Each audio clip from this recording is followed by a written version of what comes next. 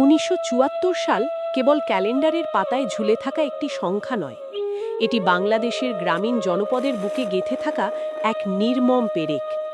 রৌমারীর আকাশ তখন হয়তো নীল ছিল, কিন্তু সেই নীল আকাশকে ব্যঙ্গ করে নিচে নেমে এসেছিল নরকতুল্য ক্ষুধা।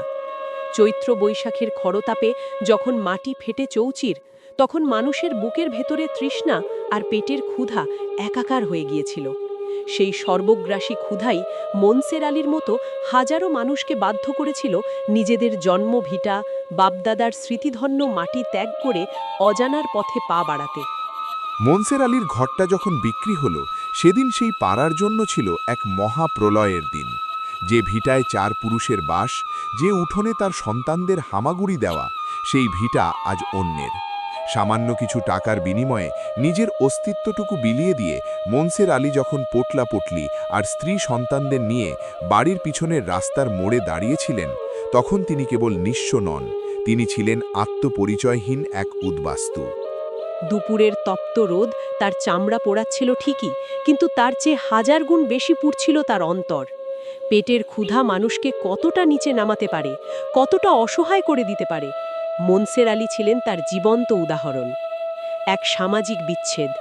প্রতিবেশী রহিমা বেগম, তার মেয়ে মজিমা, ময়না ও জমিলা সহ অনেকেই যখন মনসের আলীর গলা জড়িয়ে ধরে হাউমাউ করে কাঁদছিলেন, সেই দৃশ্যটি ছিল এক মহাকালের ট্র্যাজেডি।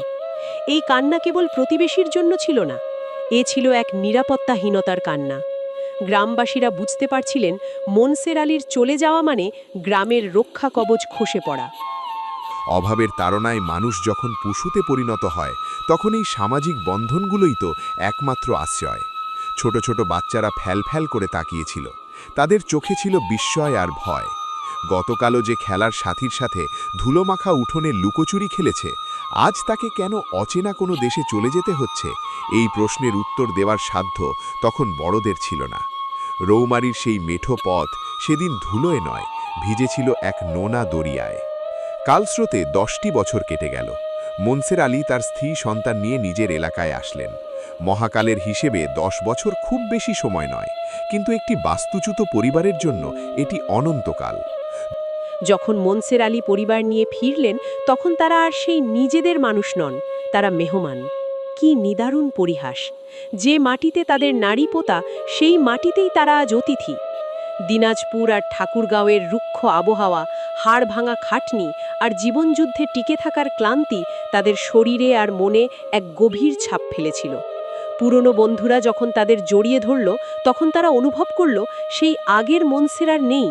এই মানুষটি এখন পোড়া খাওয়া, জীবনযুদ্ধে ক্ষতবিক্ষত এক সৈনিক। 5-7 দিনের সেই সফরে মনসের আলীর মনে পড়ে পুরনো সেই স্মৃতি। এক থালায় ভাত খাওয়া, সেই শৈশব কৈশোরের কথা। আহা, কত না মধুর সময় কেটেছে এই গ্রামে। আজ তার নারীপোতা বাড়ি ভিটায় অন্যের কারো ঘর তৈরি হয়েছে। এই তো, এইখানেই তার ঘরটা ছিল। আজ সেই ঘর নেই, সব ভেঙে চুরে নতুন করে বাড়ি নির্মাণ করেছে অন্য কেউ।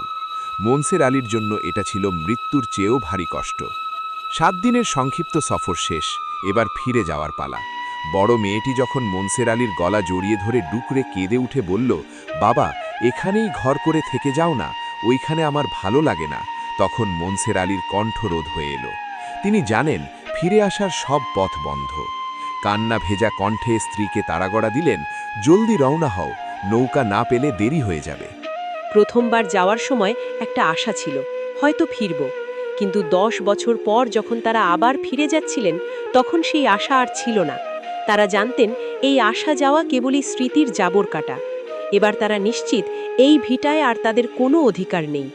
বিদায় বেলার সেই কান্না ছিল আরও বেশি করুণ, আরও বেশি তীব্র। গ্রামের বাতাস সেদিন ভারী হয়ে উঠেছিল দীর্ঘশ্বাসে।